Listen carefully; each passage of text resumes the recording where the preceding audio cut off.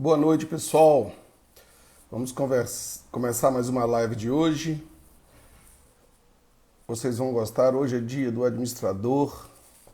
Você vê se a minha convidada, Ana, se ela... Eu marquei com ela às 19 horas. Ela deve estar entrando aqui.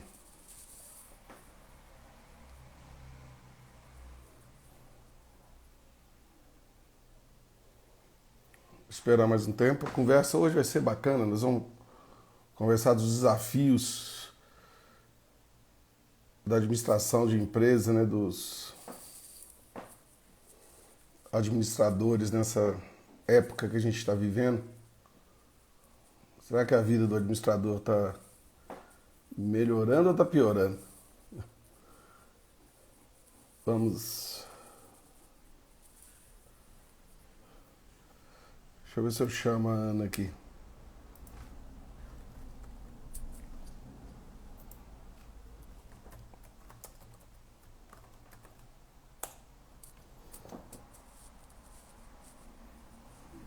Pronto. Minha amiga Ana Flávia. Vem muito forte isso dentro desse mundo em que as empresas buscam por investimento. Isso, na realidade, é até não uma releitura, mas isso tem uma certa origem dos Objetivos de Desenvolvimento Sustentável que a ONU apresentou e que para empresas e para negócios isso é adaptado falando que você tem um bom negócio ou eu tenho interesse em conhecer o seu negócio se desde sempre você estiver atento à sustentabilidade, de acordo com a avaliação de critérios ambientais, critérios sociais e critérios de governança. A gestão precisa também estar bem pautada e coerente com esses valores. E parece que é um assunto muito distante. E aí chega um fundo de investimento e fala se dependendo do nível de queimada que tiver na Amazônia, no estado da Amazônia, nós vamos retirar porque ele é um guarda-chuva de fundos, né? Vamos sair todo mundo. Isso aí Exatamente. Tem a ver com essa sigla aí, ESG. Tem a ver com isso. Você tem que se mostrar, você tem que ser um exemplo. Na realidade, ela foge um pouco só da gestão.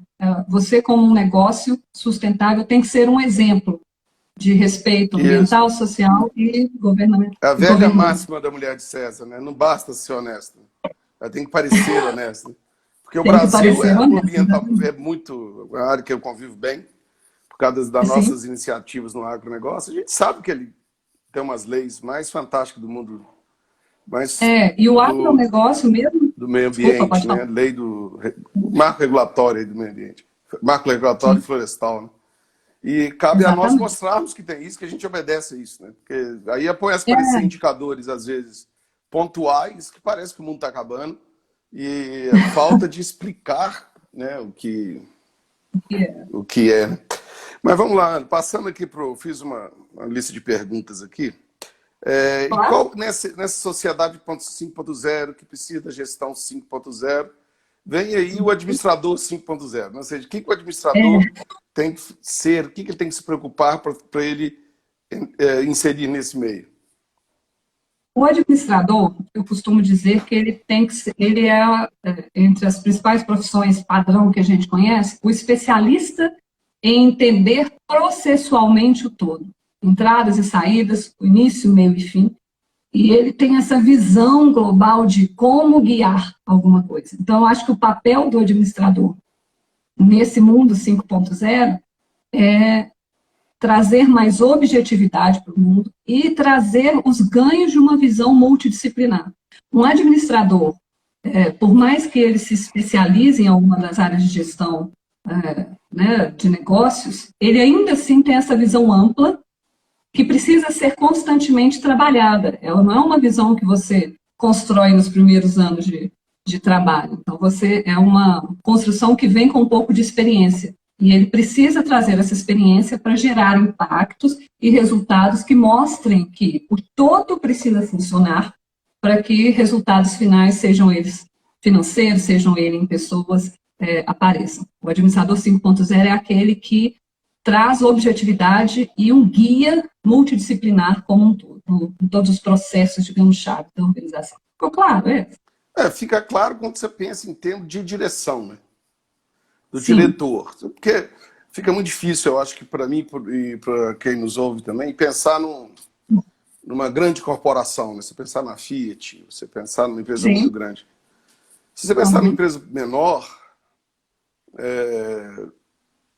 os administradores que trabalham na empresa menor, geralmente, estão preocupados com o processo do dia a dia ali, né? Está preocupado com estoque, preocupado com o fluxo de caixa.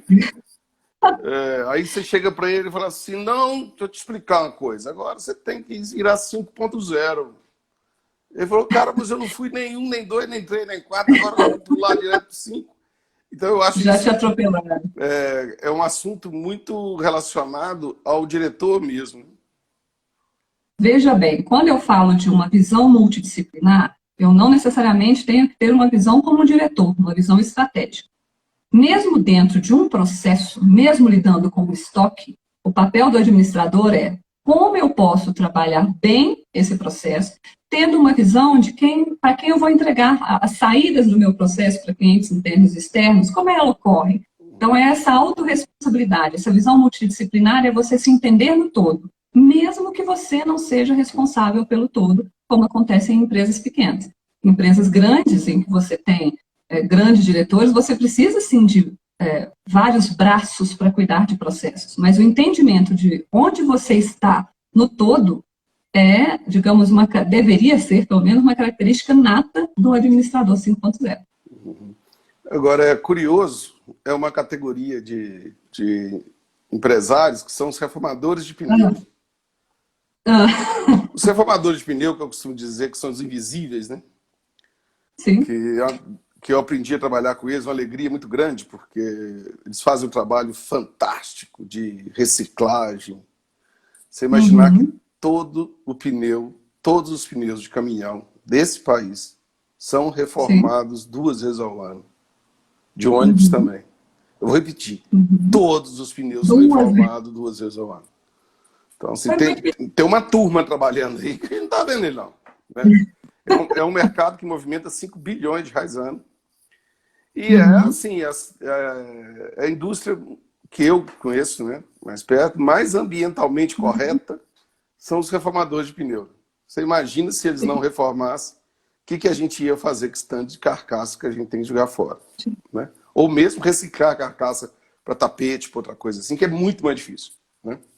Então é curioso, eu fico falando, eu falo, então, são empresas, e tem muitas reformadoras grandes. Reformador nunca é uma empresa muito grande, sabe? Nunca é empresa de centenas de milhões por ano, não. Sim. A maioria das reformadoras brasileiras é de 1 milhão por mês. Né? Ok. 500 mil a 1 milhão. Ela reforma 500 pneus por mês a 1.000 pneus por mês. 2 mil. Entre 1.000 e 2.000 pneus por mês deve estar a grande maioria da produção, né? Não de número. Aí porque tem uns pequenininhos que devem ser um monte também. Exato. E você vê que são empresas pequenas, muitas vezes vem de uma pessoa muito humilde que resolveu montar uma reformadora de pneu, cara que era borracheiro, né? E tem um instinto fantástico de empreendedor e que consegue montar uma empresa dessa. Né?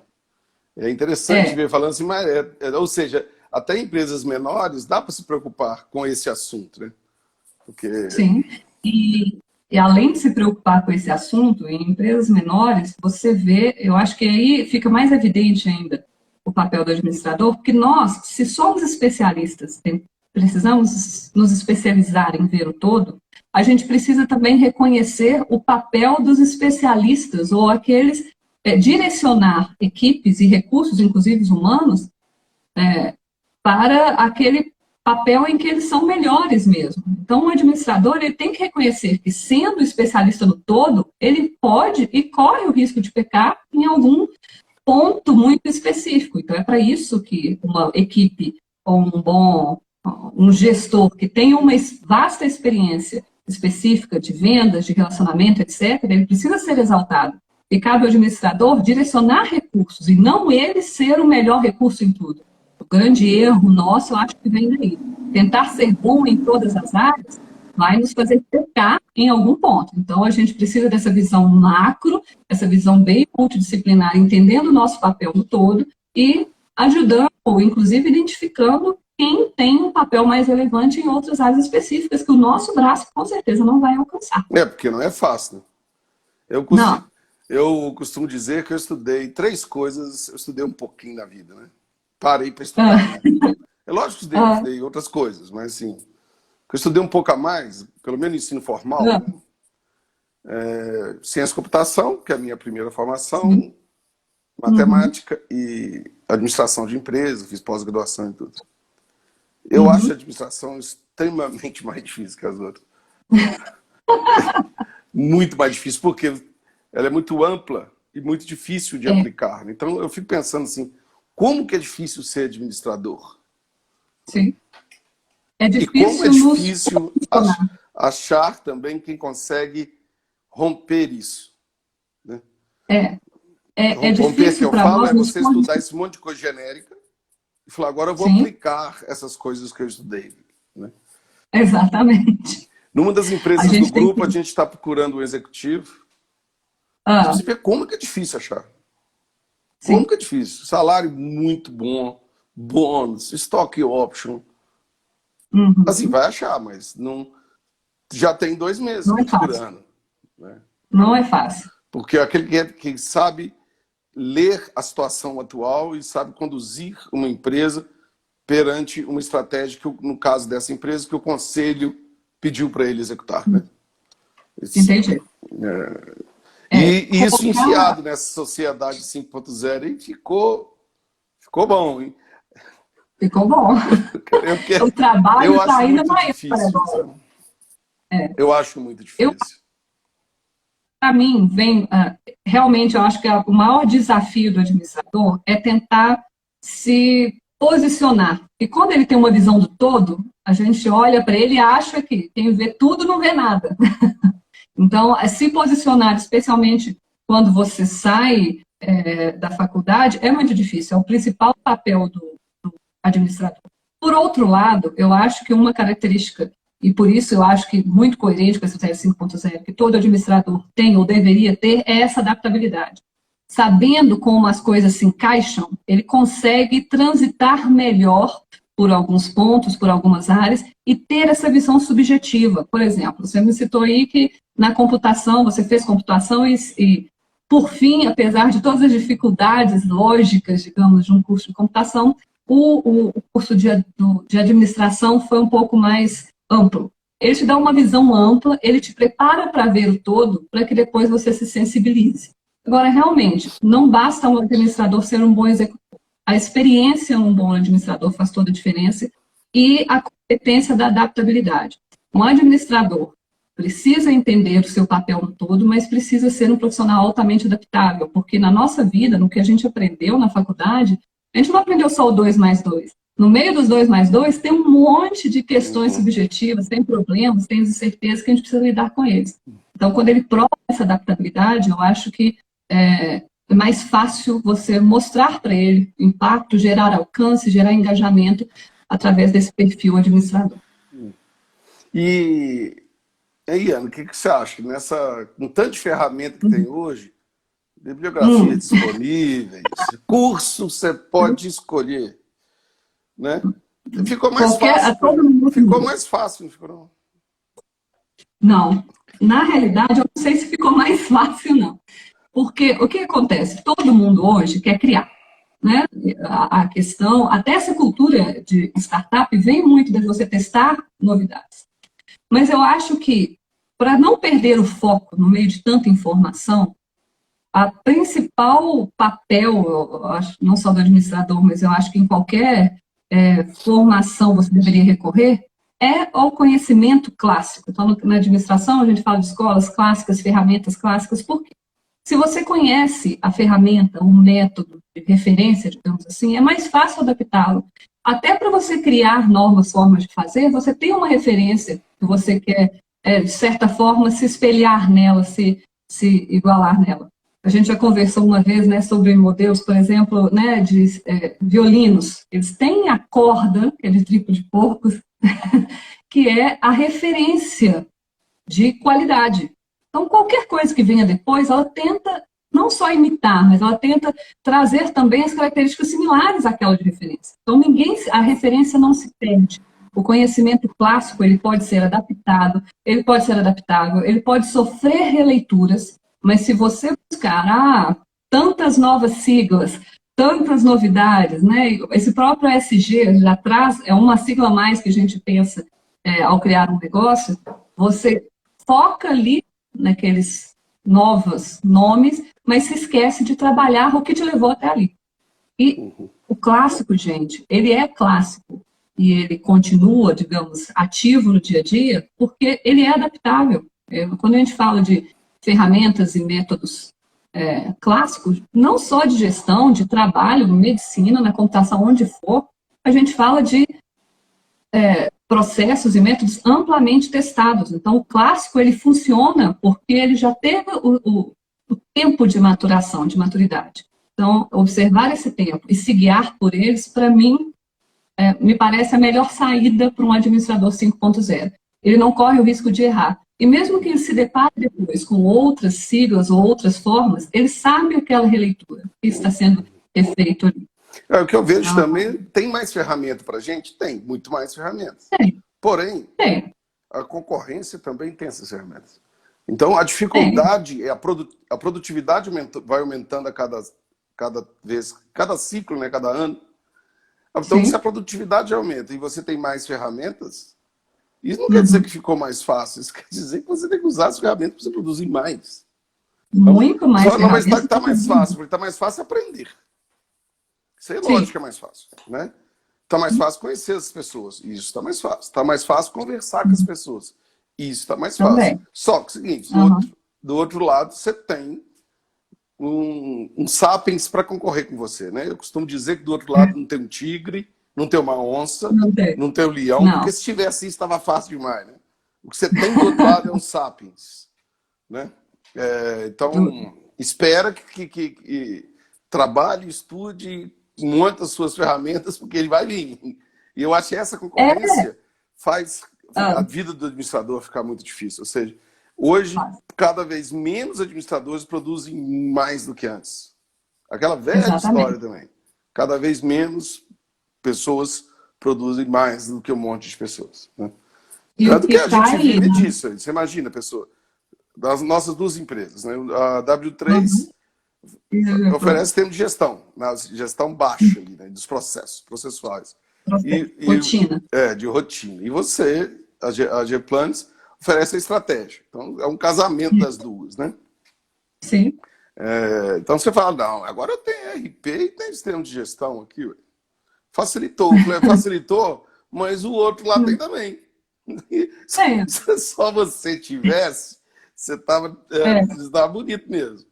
Mas, agora, se você não tem essas duas ferramentas bem implantadas na sua corporação, aí é um problema, né? Ou seja, você pode não ter e seu concorrente ter. Sim. Não adianta ter a máquina de cortar grama, né? Na hora ele vai cortar a grama.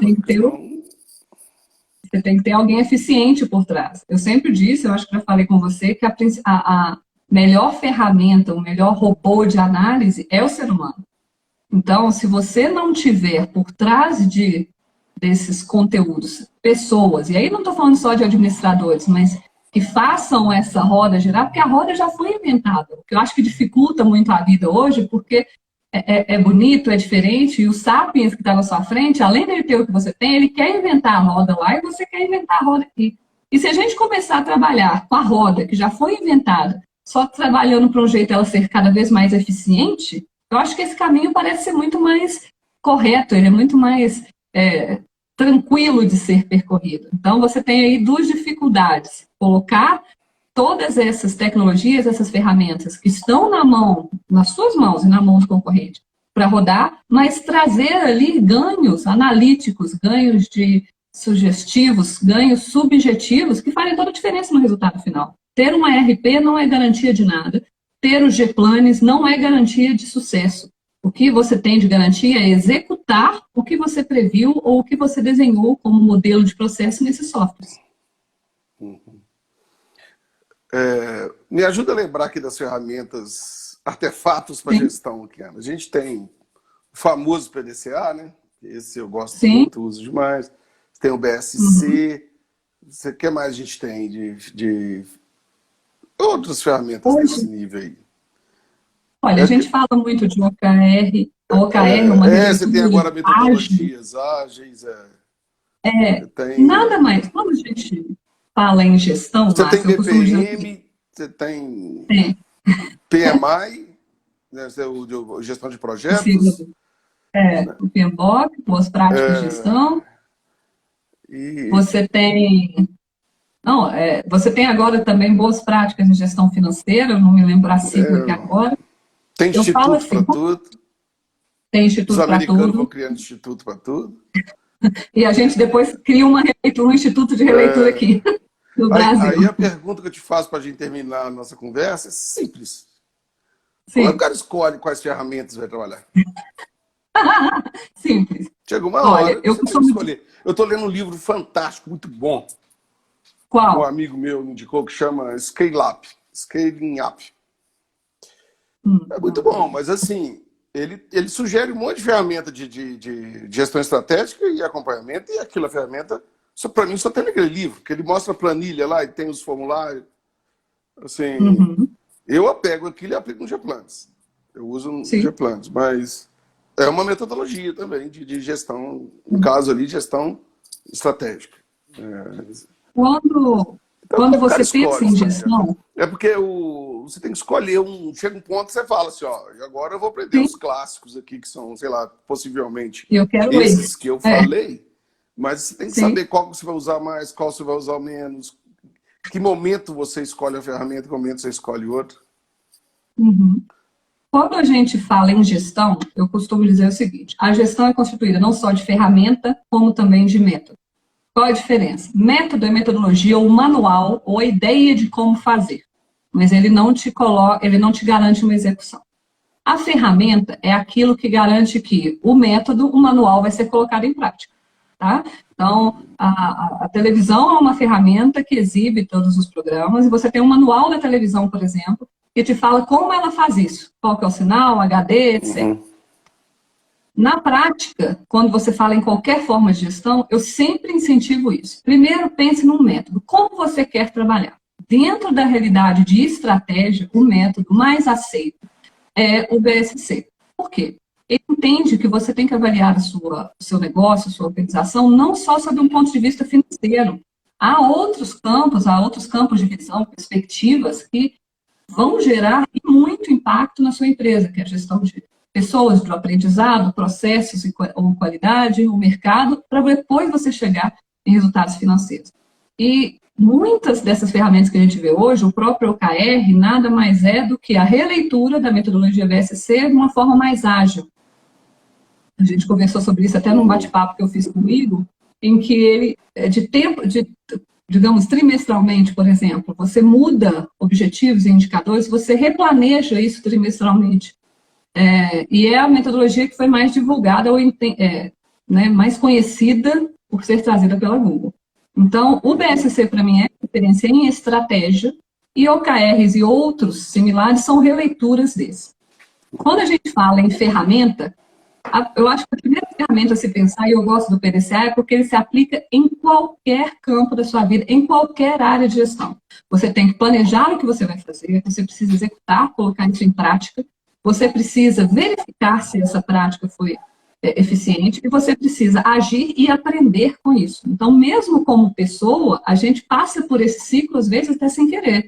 Passa por uma situação difícil, e aquilo ali provoca na gente, algum tipo de avaliação do que aconteceu e algum aprendizado, ou uma forma diferente de agir. Então, o PDCA, para mim, é a ferramenta macro que você pode aplicar em qualquer lugar, e mesmo que você vá escolher outra ferramenta, o foco sempre tenha em mente como fazer, então orientações, guias de como fazer, e é por isso que na área de projetos o PMBOK é um guia de boas práticas de referência, na área de processos, quando a gente fala de PPMs e indicadores ligados para a qualidade de processos fazem a diferença. Quando a gente fala em estratégia, a gente fala não só do PDCA, não só do BSC, como também de outras normas e livros, como o Safari da Estratégia, que já é amplamente conhecido, a Estratégia do Oceano Azul também, que faz uma releitura simples de como navegar no Oceano Azul. Então, sempre, independente da ferramenta que você escolher, procure as ferramentas que já são amplamente testadas, e eu chamo essas ferramentas de ferramentas clássicas, e mesmo que em cima dela você faça alguma releitura, porque elas são adaptáveis, né? Aparecem novas formas de vê-las, porque o mundo vai se adaptando e vai se tornando cada vez mais eficiente, mais ágil mesmo. Mas comece por elas e comece por método. Pense em como fazer e, além de como fazer, você tem que ter uma forma de medir o que você está executando. Então, ferramenta vai te ajudar na execução, método vai te ajudar no plano de qualquer coisa. Então, nesse meio, nesse mundo, procure uma diretriz de boa prática mesmo e uma ferramenta que já seja amplamente conhecida. Depois, quando você sabe fazer o arroz com feijão, sabe rodar a roda, girar a roda, aí sim você coloca ali algum ponto específico, faz um ajuste fino ali na roda, coloca ela mais fina, mais grossa para rodar mais rápido, mais devagar, mas aí você sabe de onde você partiu, é preciso ter um ponto de partida. Legal. E o ponto de partida é isso. Ué, muito obrigado, Ana. Acho que está na hora da gente, nossa live é curtinha, passamos aí alguns minutinhos, mas acho que vou terminar com essa dica sua. Eu acho que Tá bom, é a boa dica aí. Igual diz o Yamandu Costa, né, nosso violonista, Yamandu fala uma frase muito boa, ele fala, inovar na música é tocar os clássicos, né? Ou seja, você quer ser inovador, Perfeito. toca os clássicos, né? Então, exatamente. Perfeito. Você quer encarar a sociedade 5.0, antes de mais nada, vai lá e estuda os clássicos. Né? Tá certo, exatamente. Ana, muito obrigado. E eu que agradeço, Márcio. Foi muito legal a nossa conversa. Aí quem não pôde participar, depois a gente vai colocar aí nas outras redes sociais para a turma ver nosso papo. Com certeza. Eu que agradeço mais uma vez a oportunidade de estar aqui no Dia do Administrador, representando tantos outros que sofrem as mesmas dores que eu, mas no fim a gente sabe que tem jeito, tem salvação. Então, um feliz Dia do Administrador para todos que têm todos esses desafios pela frente ainda. Tá certo, Ana. Obrigado e até mais. Tá bom? Até. Tchau, tchau, Márcio. Ana Neves apareceu aqui.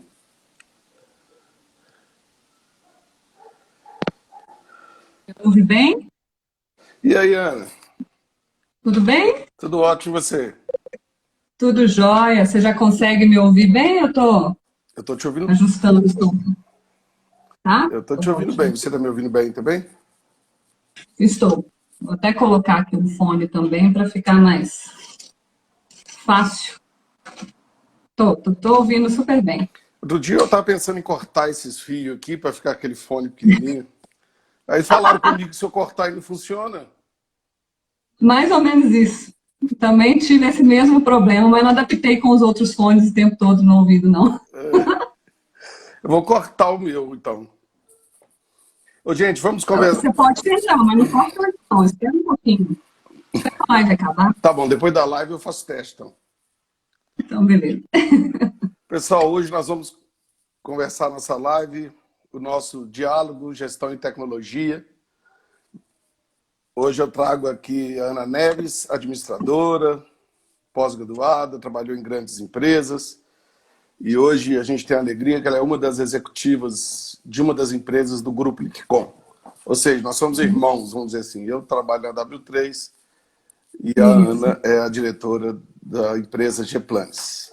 Ana, obrigado pelo convite, ter aceito. Eu que agradeço o convite, mais uma vez, para a gente bater papo.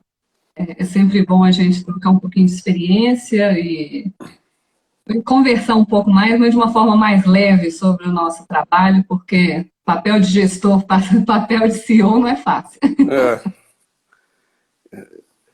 Então, Ana, hoje é dia do administrador, a nossa pauta hoje, né, o nosso assunto é sobre o administrador 5.0. O que é isso? Eu queria te começar perguntando o que é a sociedade 5.0, que eu vi que a G-Planes tem até um portal, né, que está falando desse assunto. E eu queria que você falasse, definisse para a gente o que é a sociedade 5.0. Tá. A sociedade 5.0, a gente se deparou com ela quando a gente entendeu que eu precisava dizer ou perceber melhor para onde ia tudo isso, para onde ia a tecnologia, e especialmente quem lida com estratégia, que a gente lida com essa construção de futuro, era bom saber para onde o futuro vai. E a gente se deparou com o conceito de sociedade 5.0, um conceito que veio do Japão, num plano multidisciplinar japonês, que buscava reunir resultados, mas com sustentabilidade para a sociedade como um todo, né? Então, quando a gente fala de sociedade 5.0, é como se a gente estivesse falando da quinta revolução humana, e essa revolução vai utilizar todos os ganhos do que a gente hoje conhece como indústria 4.0, então todos os ganhos tecnológicos, em prol da qualidade de resultados, da qualidade de vida mais sustentável e, obviamente, com resultados, digamos, mais globais, resultados sociais mais globais, que possam trazer benefícios mesmo, tendo o ser humano como foco. Então, não adianta, na sociedade 5.0, você pensar em tecnologia se não tiver certeza que o ser humano está em foco quando você vai entregar alguma nova solução. Tá. Aí, pelo pouco que eu li aqui, nós temos a sociedade 5.0, que daí nasce a gestão 5.0 e tem a estratégia 5.0. Queria que você falasse desses dois conceitos para a gente. Como se a gente estivesse desdobrando esses conceitos também. Ainda falando sobre a sociedade 5.0, ao buscar, não só no mercado, e buscar mais conteúdo sobre o assunto, eu já me deparei com empresas, inclusive públicas, instituições públicas, inclusive, que começam a falar da gestão 5.0. Essa gestão 5.0, ela defende que ela precisa ser global, é como se a gente tivesse uma releitura, digamos, da sociedade 5.0, mais ligada à gestão. Pelo que a gente percebeu, esse conceito envolve 3 grandes pilares, digamos assim. A gente fala, ele envolve um pilar de impacto, então ele precisa gerar impactos na sociedade, essa gestão, não a gestão por fazer ou a gestão de apagar incêndio, mas uma gestão que gere resultados.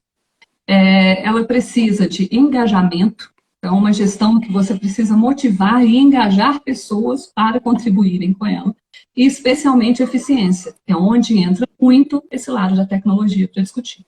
Então, como a gestão pode auxiliar a sociedade. E aí ela precisa engajar, ela precisa inovar, ela precisa ter um impacto positivo, não uma gestão só de números, mas uma gestão que traga resultados palpáveis. Tá? E daí vem estratégia 5.0.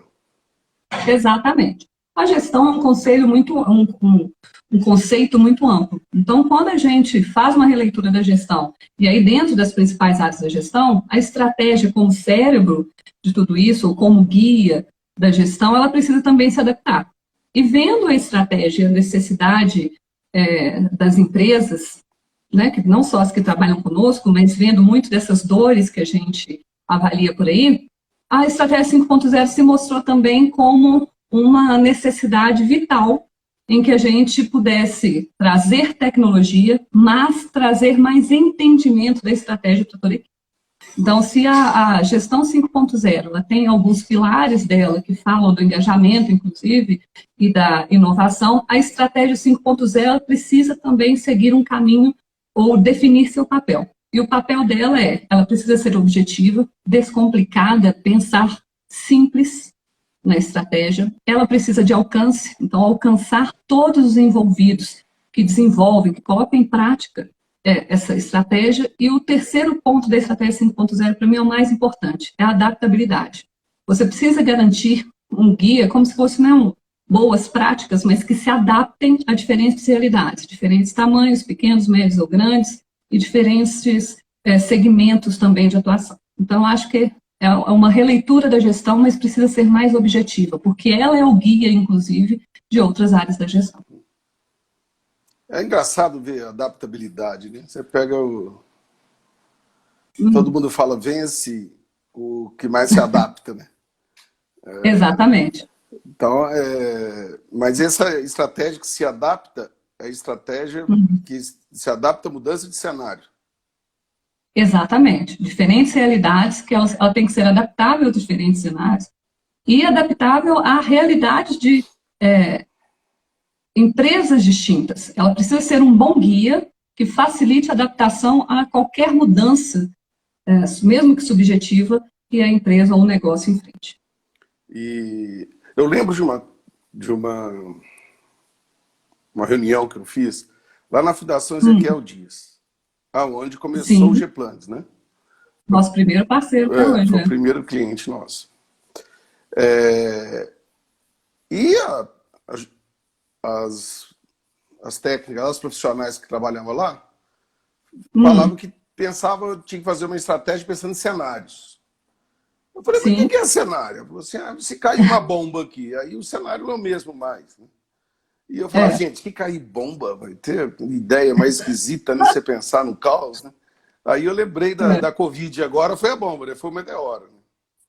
Ou seja, o Covid, como é que você mim, monta uma estratégia que seja capaz de se adaptar a uma pandemia? Essa é a pergunta. Eu acho que é o exercício de estar preparado para incertezas e adversidades. Quando a gente fala, né, o administrador ele tem que ser especialista em muita coisa. E o administrador ele não pode ser especialista só na lógica, só nos cálculos. O administrador ele precisa pensar além. As incertezas que podem ocorrer, os problemas que estarão ali. Então, quando a gente fala de incertezas, quando a gente fala de plano de ação, a gente tem que tentar atuar preventivamente. É claro que ninguém estava preparado, eu acho, mesmo as grandes empresas, para uma pandemia de escala global como essa. Mas essa pandemia é o principal retrato, digamos assim, de que organizações que admitem e que já trabalham no seu dia a dia o exercício de lidar com questões subjetivas, como incertezas, como pensar sobre as expectativas de partes interessadas, por exemplo, essas organizações saem na frente na adaptabilidade, porque isso já é um exercício. A adaptação é um exercício. Você se prepara preventivamente para algo, para estar, digamos, emocionalmente preparado também para algo além que você ainda não tenha controle sobre ele. Então, quem já tem uma atuação preventiva sai na frente. E essa pandemia prova isso para nós. Não dá para você resolver todos os problemas. Mas se você já tem um trabalho voltado a atuar preventivamente, você sai mais rápido ou já tem uma criatividade calibrada para sair mais rápido de tudo isso e evoluir com rapidez. E o Geplanes ajuda nessa parte de fazer planejamento estratégico adaptável? Sim, uma das premissas da Geplanes é essa, é você ser adaptável e lá dentro você tem todas essas boas práticas, as mínimas boas práticas que você precisa para colocar um negócio em ordem pensando não só no que você quer. Quando você planeja, você estabelece uma meta e um prazo para alcançar um sonho. Eu costumo dizer assim, você tem um sonho e se você coloca uma meta com um prazo para alcançá-lo, você começa a ter um objetivo e aí você começa a ter um planejamento detalhável. Só que você não pode ficar só preso ao que você quer. Você tem que também avaliar a sua identidade, fazer um autodiagnóstico, uma autoavaliação. Eu estou preparado para isso? Eu sou forte para isso? Eu sou fraco para isso? Onde eu preciso melhorar? Então, primeiro você faz um diagnóstico. E segundo, o próprio Geplanes já traz algumas boas práticas que hoje já são exigidas pela gestão da qualidade na norma mãe, que é a ISO 9001, e fala que um planejamento estratégico ele precisa pensar, além de objetivos, quais habilidades você vai sugerir e solicitar aos profissionais, quais riscos você precisa ter um trabalho de atenção a riscos e como monitorá-los, riscos gerenciáveis, positivos ou negativos, incertezas que possam interferir em seu negócio. E também tem essa parte de você não só fazer um diagnóstico seu e do mercado através de uma matriz SWOT ou FOFA, como todo mundo conhece aqui no Brasil, como também pensar melhor sobre partes interessadas. Então, você vai além de dizer, eu quero isso. Tudo bem, eu quero isso, mas eu preciso estar preparado dessa forma. Isso pode acontecer no meio do caminho, o que eu farei se isso acontecer? E, além disso, como eu vou tratar as expectativas do meu público, né, e das pessoas que se envolvem com o meu trabalho. Então, é o foco de trabalhar identidade, trabalhar o que você quer, o seu plano em si, e trabalhar as variáveis que podem validar se o seu plano é bom ou ruim. Tudo isso dentro do software é possível. Bacana. Ana, está inserido nessa prosa nossa de sociedade 5.0, gestão 5.0, o que o pessoal chama hoje de governança corporativa A sigla é ESG, né? Exato. Que eu vejo que tem... Outro dia eu estava numa das empresas nossas, Ah, o fundo de investimento falou assim, ó, o Ideagro tem que se preocupar com o ESG. sim. O que você sabe disso para falar para a gente? O ESG, assim, uma tradução simples para mim, no meu entendimento, é capital sustentável. Significa que todas as organizações e negócios, a partir de agora, inclusive para que chamem a atenção, e especialmente para aqueles que lidam, né, com busca de investimento no mercado, que os negócios precisam ter incorporados em sua estratégia questões ambientais, então o environmental, o E do ESG, sociais, o S do ESG, e governance, e o G do ESG, que é a governança. Então, você não... o reconhecimento do mercado vem muito forte isso dentro desse mundo em que as empresas buscam por investimento. Isso, na realidade, é até não uma releitura, mas isso tem uma certa origem dos Objetivos de Desenvolvimento Sustentável que a ONU apresentou e que para empresas e para negócios isso é adaptado falando que você tem um bom negócio ou eu tenho interesse em conhecer o seu negócio se desde sempre você estiver atento à sustentabilidade, de acordo com a avaliação de critérios ambientais, critérios sociais e critérios de governança. A gestão precisa também estar bem pautada e coerente com esses valores. E parece que é um assunto muito distante. E aí chega um fundo de investimento e fala se dependendo do nível de queimada que tiver na Amazonas, no estado da Amazônia, nós não vamos, nós vamos retirar porque ele é um guarda-chuva de fundos, né? Vamos sair todo mundo. Isso aí Exatamente. tem a ver com essa sigla aí, ESG. Tem a ver com isso. Você tem que se mostrar, você tem que ser um exemplo. Na realidade, ela foge um pouco só da gestão. Você, como um negócio sustentável, tem que ser um exemplo de respeito ambiental, social e governamental. A velha máxima da mulher de César, né? Não basta ser honesta, ela tem que parecer honesta. Porque o Brasil é muito, uma área que eu convivo bem, por causa das nossas iniciativas no agronegócio. A gente sabe que ele tem umas leis mais fantásticas do mundo. E o agronegócio mesmo... Do meio ambiente, né? Lei do marco regulatório do meio ambiente. Marco regulatório florestal, né? E cabe a nós mostrarmos que tem isso, que a gente obedece a isso, né? Porque aí aparecer indicadores, às vezes, pontuais, que parece que o mundo está acabando, e a falta de explicar, né, o que é. Mas vamos lá, passando aqui fiz uma lista de perguntas aqui. E qual, nessa sociedade 5.0, que precisa da gestão 5.0, vem aí o administrador 5.0. Ou seja, o que o administrador tem que ser, o que ele tem que se preocupar para ele inserir nesse meio? O administrador, eu costumo dizer que ele é, entre as principais profissões padrão que a gente conhece, o especialista em entender processualmente o todo. Entradas e saídas, o início, meio e fim. E ele tem essa visão global de como guiar alguma coisa. Então, eu acho que o papel do administrador nesse mundo 5.0 é trazer mais objetividade para o mundo e trazer os ganhos de uma visão multidisciplinar. Um administrador, por mais que ele se especialize em alguma das áreas de gestão de negócios, ele ainda assim tem essa visão ampla que precisa ser constantemente trabalhada. Ela não é uma visão que você constrói nos primeiros anos de trabalho. Então, é uma construção que vem com um pouco de experiência. E ele precisa trazer essa experiência para gerar impactos e resultados que mostrem que o todo precisa funcionar para que resultados finais, sejam eles financeiros, sejam eles em pessoas, apareçam. O administrador 5.0 é aquele que traz objetividade e um guia multidisciplinar como um todo, em todos os processos, digamos, chave da organização. Ficou claro, fica claro quando você pensa em termos de direção, né? Do diretor. Porque fica muito difícil, eu acho que para mim e para quem nos ouve também, pensar numa grande corporação, né? Você pensar na Fiat, você pensar numa empresa muito grande. Se você pensar numa empresa menor, os administradores que trabalham em empresas menores, geralmente, estão preocupados com o processo do dia a dia ali, né? Está preocupado com estoque, preocupado com o fluxo de caixa. Aí você chega para ele e fala assim, não, deixa eu te explicar uma coisa, agora você tem que virar 5.0. Ele falou, cara, mas eu não fui nem 1, nem 2, nem 3, nem 4, agora eu vou pular direto para 5. Então eu acho que Já te atropelaram. é um assunto muito relacionado ao diretor mesmo.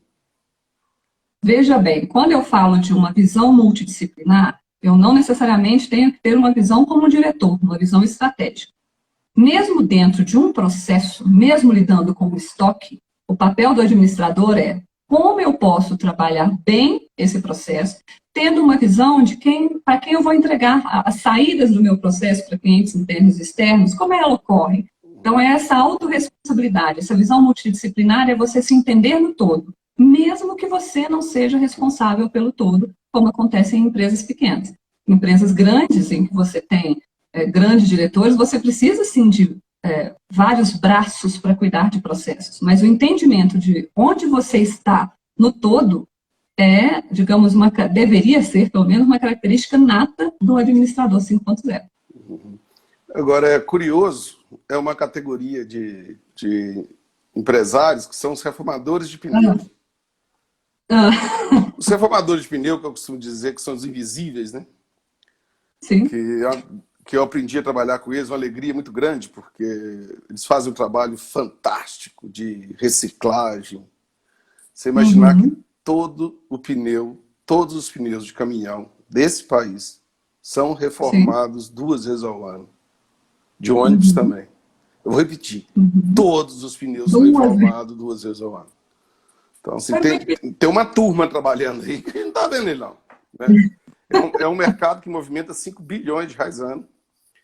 E assim, a indústria que eu conheço, né, mais perto, mais ambientalmente correta, são os reformadores de pneu. Você imagina se eles não reformassem, o que a gente ia fazer com esse tanto de carcaça que a gente tem que jogar fora? Né? Ou mesmo reciclar a carcaça para tapete, para outra coisa assim, que é muito mais difícil. Né? Então é curioso, eu fico falando, eu falo, então, são empresas, e tem muitas reformadoras grandes. Reformador nunca é uma empresa muito grande, sabe? Nunca é empresa de centenas de milhões por ano, não. Sim. A maioria das reformadoras brasileiras é de 1 milhão por mês. Né? Ok. 500 mil a 1 milhão. Ela reforma 500 pneus por mês a 1.000 pneus por mês. 2 mil. Entre 1.000 e 2.000 pneus por mês deve estar a grande maioria da produção, né? Não de número. Aí porque tem uns pequenininhos que devem ser um monte também. Exato. E você vê que são empresas pequenas, muitas vezes vem de uma pessoa muito humilde que resolveu montar um reformador de pneu, cara que era borracheiro, né? E tem um instinto fantástico de empreendedor e que consegue montar uma empresa dessa. Né? É interessante ver falando assim, mas ou seja, até empresas menores dá para se preocupar com esse assunto, né? Porque... Sim, e além de se preocupar com esse assunto, em empresas menores, você vê, eu acho que aí fica mais evidente ainda o papel do administrador, porque nós, se somos especialistas, precisamos nos especializar em ver o todo, a gente precisa também reconhecer o papel dos especialistas, ou aqueles, direcionar equipes e recursos, inclusive humanos, para aquele papel em que eles são melhores mesmo. Então, o administrador ele tem que reconhecer que, sendo especialista no todo, ele pode e corre o risco de pecar em algum ponto muito específico. Então, é para isso que uma equipe ou um gestor que tem uma vasta experiência específica de vendas, de relacionamento, etc., ele precisa ser exaltado. E cabe ao administrador direcionar recursos e não ele ser o melhor recurso em tudo. O grande erro nosso, eu acho que vem daí. Tentar ser bom em todas as áreas vai nos fazer pecar em algum ponto. Então, a gente precisa dessa visão macro, essa visão bem multidisciplinar, entendendo o nosso papel no todo e ajudando, ou inclusive identificando quem tem um papel mais relevante em outras áreas específicas que o nosso braço, com certeza, não vai alcançar. Porque não é fácil. Né? Eu costumo dizer que eu estudei 3 coisas, eu estudei um pouquinho na vida, né? parei para estudar. Né? É lógico que estudei outras coisas, mas assim, eu estudei um pouco a mais, pelo menos ensino formal, né? Ciência e computação, que é a minha primeira formação, matemática e administração de empresas, fiz pós-graduação e tudo. Eu acho a administração extremamente mais difícil que as outras. Muito mais difícil, porque ela é muito ampla e muito difícil de aplicar. Então, eu fico pensando assim, como que é difícil ser administrador? Sim. É difícil. E como é difícil achar também quem consegue romper isso. Né? É romper difícil que eu para falo nós é você estudar esse monte de coisa genérica e falar, agora eu vou aplicar essas coisas que eu estudei. Né? Exatamente. Numa das empresas do grupo, a gente está procurando um executivo. Você vê como que é difícil achar. Como que é difícil. Salário muito bom, bônus, stock option. Assim, vai achar, mas não... já tem 2 meses procurando. Né? Não é fácil. Porque aquele que sabe ler a situação atual e sabe conduzir uma empresa perante uma estratégia que, no caso dessa empresa, que o conselho pediu para ele executar. Né? Entendi. E isso enfiado nessa sociedade 5.0 e ficou bom, hein? Ficou bom.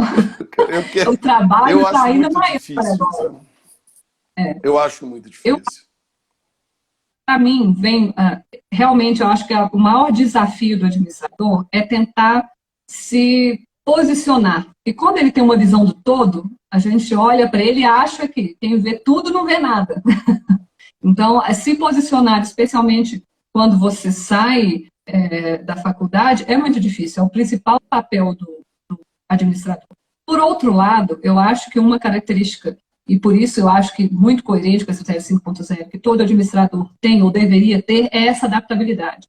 Sabendo como as coisas se encaixam, ele consegue transitar melhor por alguns pontos, por algumas áreas, e ter essa visão subjetiva. Por exemplo, você me citou aí que na computação, você fez computação e por fim, apesar de todas as dificuldades lógicas, digamos, de um curso de computação, o curso de administração foi um pouco mais amplo. Ele te dá uma visão ampla, ele te prepara para ver o todo, para que depois você se sensibilize. Agora, realmente, não basta um administrador ser um bom executor. A experiência num bom administrador faz toda a diferença e a competência da adaptabilidade. Um administrador precisa entender o seu papel no todo, mas precisa ser um profissional altamente adaptável, porque na nossa vida, no que a gente aprendeu na faculdade, a gente não aprendeu só o 2 mais 2. No meio dos 2 mais 2 tem um monte de questões subjetivas, tem problemas, tem incertezas que a gente precisa lidar com eles. Então, quando ele prova essa adaptabilidade, eu acho que é mais fácil você mostrar para ele impacto, gerar alcance, gerar engajamento através desse perfil administrador. E aí, Ana, o que você acha? Com tanto de ferramenta que tem hoje, bibliografia disponíveis, curso você pode escolher, né? Ficou mais fácil. Ficou mais fácil, não ficou não? Não. Na realidade, eu não sei se ficou mais fácil, não. Porque o que acontece? Todo mundo hoje quer criar. Né? A questão, até essa cultura de startup vem muito de você testar novidades. Mas eu acho que, para não perder o foco no meio de tanta informação, a principal papel, eu acho, não só do administrador, mas eu acho que em qualquer formação você deveria recorrer, é ao conhecimento clássico. Então, na administração, a gente fala de escolas clássicas, ferramentas clássicas, por quê? Se você conhece a ferramenta, o método de referência, digamos assim, é mais fácil adaptá-lo. Até para você criar novas formas de fazer, você tem uma referência que você quer, de certa forma, se espelhar nela, se igualar nela. A gente já conversou uma vez, né, sobre modelos, por exemplo, né, de violinos. Eles têm a corda, aquele tripo de porcos, que é a referência de qualidade. Então, qualquer coisa que venha depois, ela tenta não só imitar, mas ela tenta trazer também as características similares àquela de referência. Então, a referência não se perde. O conhecimento clássico, ele pode ser adaptado, ele pode ser adaptável, ele pode sofrer releituras, mas se você buscar tantas novas siglas, tantas novidades, né? Esse próprio ESG já traz, é uma sigla a mais que a gente pensa ao criar um negócio, você foca ali naqueles novos nomes, mas se esquece de trabalhar o que te levou até ali. E o clássico, gente, ele é clássico e ele continua, digamos, ativo no dia a dia, porque ele é adaptável. Quando a gente fala de ferramentas e métodos clássicos, não só de gestão, de trabalho, medicina, na computação, onde for, a gente fala de processos e métodos amplamente testados. Então, o clássico, ele funciona porque ele já teve o tempo de maturação, de maturidade. Então, observar esse tempo e se guiar por eles, para mim, me parece a melhor saída para um administrador 5.0. Ele não corre o risco de errar. E mesmo que ele se depare depois com outras siglas ou outras formas, ele sabe aquela releitura que está sendo feito ali. O que eu vejo também, tem mais ferramenta para a gente? Tem, muito mais ferramentas. Tem. Porém, Tem. a concorrência também tem essas ferramentas. Então, a dificuldade, a produtividade vai aumentando a cada vez, cada ciclo, né, cada ano. Então, Sim. se a produtividade aumenta e você tem mais ferramentas, isso não quer dizer que ficou mais fácil, isso quer dizer que você tem que usar as ferramentas para você produzir mais. Muito mais Não, mas ferramentas. está mais fácil, porque está mais fácil aprender. Isso é lógico que é mais fácil, né? Está mais fácil conhecer as pessoas, isso está mais fácil. Está mais fácil conversar com as pessoas, isso está mais fácil. Também. Só que é o seguinte, do outro lado você tem um sapiens para concorrer com você, né? Eu costumo dizer que do outro lado não tem um tigre, não tem uma onça, não tem um leão, porque se tivesse isso estava fácil demais, né? O que você tem do outro lado é um sapiens, né? Então, espera que trabalhe, estude, monte as suas ferramentas, porque ele vai vir. E eu acho que essa concorrência faz a vida do administrador ficar muito difícil. Ou seja, hoje, cada vez menos administradores produzem mais do que antes. Aquela velha história também. Cada vez menos pessoas produzem mais do que um monte de pessoas. Né? Tanto que a gente vive disso. Você imagina, pessoa, das nossas duas empresas. Né? A W3 oferece tempo de gestão, gestão baixa ali, né? Dos processuais. Rotina. De rotina. E você, a G-Planes, oferece a estratégia. Então, é um casamento das duas, né? Sim. Então, você fala, não, agora eu tenho RP e tem sistema de gestão aqui. Ué. Facilitou, facilitou, mas o outro lá tem também. Se só você tivesse, você estava bonito mesmo. Mas, agora, se você não tem essas duas ferramentas bem implantadas na sua corporação, aí é um problema, né? Ou seja, você pode não ter e seu concorrente ter. Sim. Não adianta ter a máquina de cortar grama, né? Na hora ele vai cortar a grama. Você tem que ter alguém eficiente por trás. Eu sempre disse, eu acho que já falei com você, que a melhor ferramenta, o melhor robô de análise é o ser humano. Então, se você não tiver por trás desses conteúdos pessoas, e aí não estou falando só de administradores, mas que façam essa roda girar, porque a roda já foi inventada. O que eu acho que dificulta muito a vida hoje, porque é bonito, é diferente, e o Sapiens que está na sua frente, além de ele ter o que você tem, ele quer inventar a roda lá e você quer inventar a roda aqui. E se a gente começar a trabalhar com a roda que já foi inventada, só trabalhando para um jeito ela ser cada vez mais eficiente, eu acho que esse caminho parece ser muito mais correto, ele é muito mais tranquilo de ser percorrido. Então, você tem aí duas dificuldades. Colocar todas essas tecnologias, essas ferramentas que estão nas suas mãos e na mão do concorrente, para rodar, mas trazer ali ganhos analíticos, ganhos de sugestivos, ganhos subjetivos, que farem toda a diferença no resultado final. Ter uma ERP não é garantia de nada. Ter o G-Planes não é garantia de sucesso. O que você tem de garantia é executar o que você previu ou o que você desenhou como modelo de processo nesses softwares. Me ajuda a lembrar aqui das ferramentas, artefatos para gestão aqui, Ana. A gente tem o famoso PDCA, né? Esse eu gosto muito, uso demais. Tem o BSC. O que mais a gente tem de outras ferramentas desse nível aí? Olha, a gente fala muito de OKR. A OKR é uma você tem agora metodologias ágeis. Tem... Nada mais. Quando a gente fala em gestão, você tem Márcio, eu costumo dizer BPM, você tem tem PMI, né, gestão de o projetos. o PMBOK, boas práticas de gestão. E Você tem... Não, você tem agora também boas práticas de gestão financeira, eu não me lembro a sigla aqui agora. tem Eu falo instituto para assim, tudo. tem Os instituto para americanos vão tudo, criando instituto para tudo. e a gente depois cria uma releitura, um instituto de releitura aqui no Brasil. Aí a pergunta que eu te faço para a gente terminar a nossa conversa é simples. Como é que o Sim. cara escolhe quais ferramentas vai trabalhar? Simples. Chega uma Olha, hora que eu você tem que costumo... escolher. Eu estou lendo um livro fantástico, muito bom. Um Qual? amigo meu me indicou que chama Scale Up. Scaling Up. É muito bom, mas assim, ele sugere um monte de ferramenta de gestão estratégica e acompanhamento, e aquela ferramenta, para mim, só tem naquele livro, porque ele mostra a planilha lá e tem os formulários. Assim, eu apego aquilo e aplico no Gplans. Eu uso no Sim. Gplans, mas é uma metodologia também de gestão, no caso ali, gestão estratégica.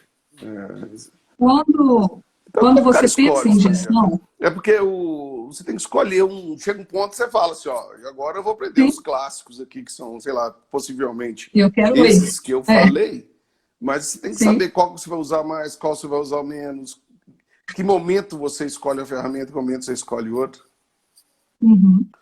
Quando a gente fala em gestão, eu costumo dizer o seguinte, a gestão é constituída não só de ferramenta, como também de método. Qual a diferença? Método é metodologia, ou manual, ou a ideia de como fazer. Mas ele não te garante uma execução. A ferramenta é aquilo que garante que o método, o manual, vai ser colocado em prática. Tá?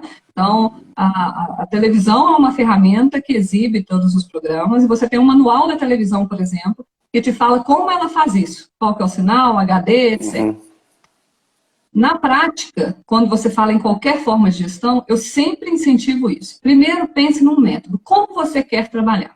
Dentro da realidade de estratégia, o método mais aceito é o BSC. Por quê? Ele entende que você tem que avaliar o seu negócio, a sua organização, não só sob um ponto de vista financeiro. Há outros campos de visão, perspectivas que vão gerar muito impacto na sua empresa, que é a gestão de pessoas, do aprendizado, processos ou qualidade, o mercado, para depois você chegar em resultados financeiros.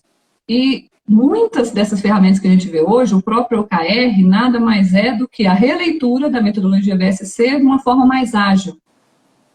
A gente conversou sobre isso até num bate-papo que eu fiz comigo, em que ele, digamos, trimestralmente, por exemplo, você muda objetivos e indicadores, você replaneja isso trimestralmente. E é a metodologia que foi mais divulgada, ou mais conhecida por ser trazida pela Google.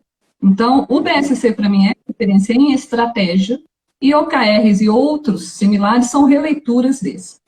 Quando a gente fala em ferramenta, eu acho que a primeira ferramenta a se pensar, e eu gosto do PDCA, é porque ele se aplica em qualquer campo da sua vida, em qualquer área de gestão. Você tem que planejar o que você vai fazer, você precisa executar, colocar isso em prática, você precisa verificar se essa prática foi eficiente, e você precisa agir e aprender com isso. Então, mesmo como pessoa, a gente passa por esse ciclo, às vezes, até sem querer. Passa uma situação difícil e aquilo ali provoca na gente, algum tipo de avaliação do que aconteceu e algum aprendizado, ou uma forma diferente de agir.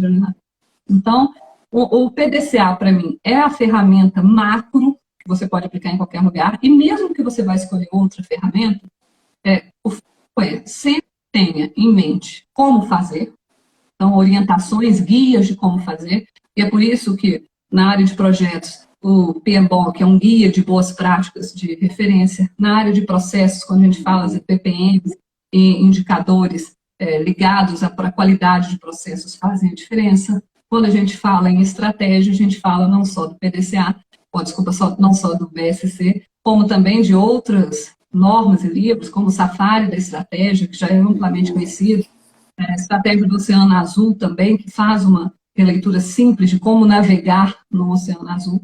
Então, sempre, independente da ferramenta que você escolher, procure as ferramentas que já são amplamente testadas, e eu chamo essas ferramentas de ferramentas clássicas, E mesmo que em cima dela você faça alguma releitura, porque elas são adaptáveis, né? Aparecem novas formas de vê-las, porque o mundo vai se adaptando e vai se tornando cada vez mais eficiente, mais ágil mesmo.